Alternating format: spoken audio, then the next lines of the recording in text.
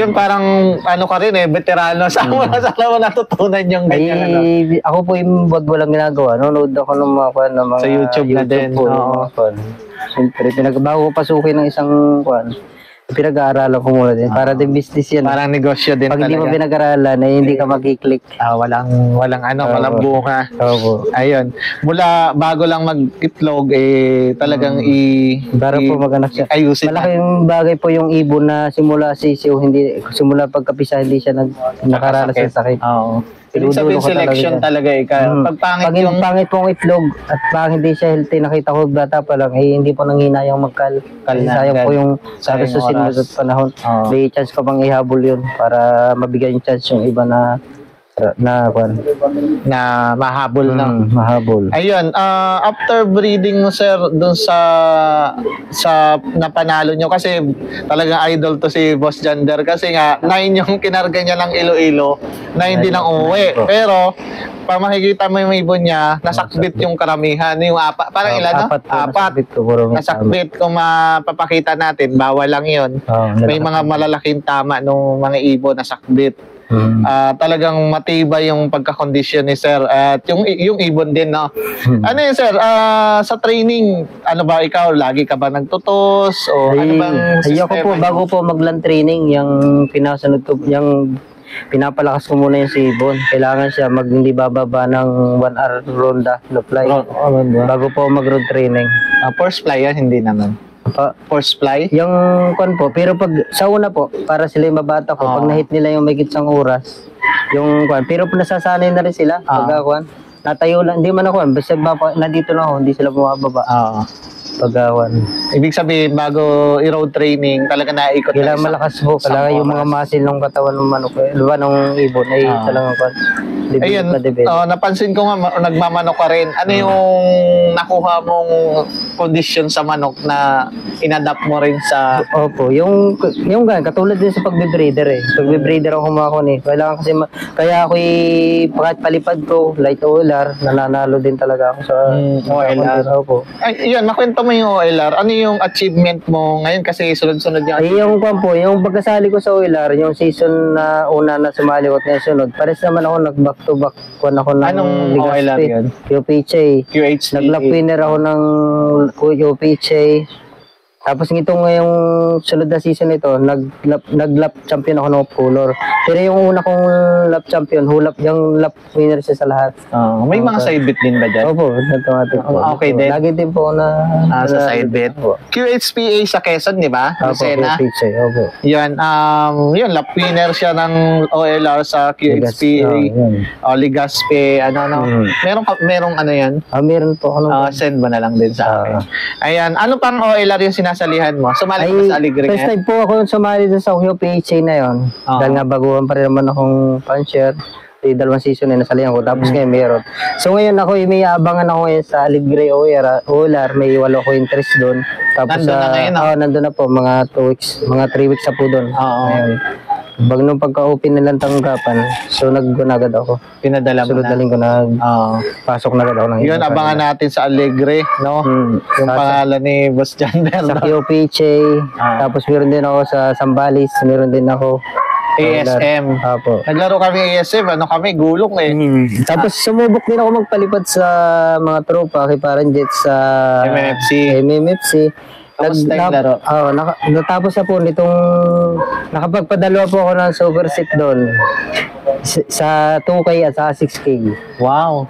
Super set. Ilan ang kabigan pag ganun? Pag super set? Ay, hindi mababa dahil marami pa rin po nag-live. Marami nag-live. Ano yung North? Norte po. Mabilisan ng ibon doon Anong line ang pinapadala mo sa Bloodline? Ganun din. Kung ano yung nalalaro mo? Kay Parang Jets kasi, pinapadala ko doon, mga line din ng ibon nila. Para kasi gamay na niya yun Bagay, parang hindi na siya malito. Kung ano yung galing sa kanilang breeder, yun na yung pinapadala kilala mo. Sa OLR dun sa naglap winner mo, PBM din siya. PB, may pasok din po ng PBM, Johnson. May Reiso po yun. May Reiso. Yeah. Ayun, kaya matitibay din talaga. Ayan, sir, sa sa derby, may sikreto bang isang gender kaya nakuha yung kotse ngayon? Mayroon bang simple lang naman po, katulad din po ng karamihan, yung 1 week conditioning ko, Lunes ay cleansing, tapos ako'y Martes ay probiotic. Shoutout nga po pala kay Tuloy, probiotic. Siya po, nakakausap mo si Ariel. Siya po ang kanya pong probiotic ginagamit. Ariel Salazar Tolome. Kaya magaling yan. Tapos, ano pang conditioning? May anong gamot pang inaano mo? Yung mga B22, mga ganun lang. B22, nagamit ka rin B22. Ay, matanong ko lang. Super Science, yung mga ginagamit ko. Ilan nilaro mo ngayong South?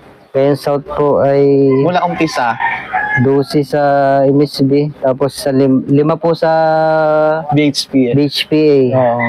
5. Konti lang din no? Hindi ka talaga madami maglaro no? Siguro yun lang din ang ano mo sa, yung selection lang talaga. Selection lang po, hindi ko kung yung magparami kung hindi mo naman sigurado yung... Hindi mo na sigurado talaga. Hindi ka talaga. Ayun boss, congrats doon sa pagkapanalo natin. Talagang, sa pooling pa lang, no? Magkano yung pooling nung third lap? Para nasa 61,000. Tapos sunod na pooling, iyon na naman. Opo, 50 plus. 50 plus. Ayan, mga sabihin natin kasama yung kotse, mga ilan ang nahakot mo ngayon? Kung pipira yung kotse, sabi nila nasa 200,000 daw yung kotse. Forecast. Hindi nasa 400 plus thousand. Mga kalating milyon, mostly. Kasama yung pooling, mga side bet. Ayun, pa siya, na-slide pa siya sa off color, no? Opo, dahil na-DQ pa siya sa off color, dapat champion din talaga niya. Kasi nga wala daw puti sa ulo at sa may ganito. Pero yung pakpak niya white ayan. Laki ng ulos siya sa speedan. Sa kung di binago ng MSB ang kanilang patakaran na yung ibon na hindi pwedeng YB siya, hindi pwedeng OB. Pero kung di sila nagbago ngayon ng patakaran, champion ka rin sa OB. Champion ka rin sa OB. Dati kasi ganon. Yung last kaya maraming kotse rin maraming motor na nakuha si Ryan. May YB, pwede mong OB. Ngayon kasi hiwalay yung YB sa OB. Pero hulap pa rin, mga half M pa rin. Lalo siguro Automatic po yun. Automatic yun. Tagos lahat yun. Kasi pag tumaya ito, talagang wagas din talaga namin. Talagang tatayaan. Parang design lipad na ibon. Yun yung mo. Sir, ngayon, as newbie din, ano yung ma-advise mo sa mga newbie? Ngayon, kasi marami mga newbie na syempre sa'yo, nag-i-idolize ngayon sa'yo. Ano yung advice mo ngayon sa kanila? Lumapit sila doon sa mga mga puncher na talaga nagpapanalo. Tapos kumuha sila ng bloodline doon talagang wag tipirin, no? Wag tipirin po sa bloodline at doon kayo pag tinipid nyo, hindi rin kayo titipirin din kayo sa panalo noon. Yun yung advice ni sa conditioning naman halos iba-iba no? Parang sa gamot lang din naman, sa bloodline din talaga. Kailangan alam mo kung matsimpo mo yung pagsusubo ng gamot mo bibigay. Hindi pwede yung basta-basta mo rin na i-apply. Minsan lalo makakuha sa ibon, lalo makakasama. Ayun. Kailangan basahin mo rin talaga. Yung nakalagay na manual para Ayun, boss, salamat sa pag-welcome dito sa amin. Sa iyong loop. Good luck sa mga OLR. Mag-OLR din kami. Hopefully, marami pang championship ang makuha natin o makuha ninyo. And ayun, taon-taon laging contender to, mapa North and South si Boss Jander. Tapos sa tayaan talaga sa gadal Kaya mapapansin mo talagang pag nanalo sila talagang hulap, no. May shoutout ka pa, boss? Shoutout ko nga pala aking partner si Herbert Morong, masama ang tama. Lagnat na. May lagnat. Tapuntahan sana namin. Hindi pa makakuha. Pero nag-invite si Boss Herbert ng pag-ayos daw niyang bahay niya. Kaya nga po. Yan, sino pa, sir? Si Parang Jets Garachico, ang aking number 1 mentor, simula pa lang. Saka po si Orlando Ropido, Ayan Domingo, yan. Yung matitibay pala sa Maynila. Rola sa zero, tapos kay Kuya, kay Kay Melchor Garotera, yan ang aking idol eh. Sa idol ko eh. Ayan, sa Eagle kaya, sa Eagle. Opo. Saka po si Pero Umiliwag, yan, mga idol ko ng PJ. Ayan, salamat sir sa ulit and congrats sa pagkapanalo natin. And yun, idol,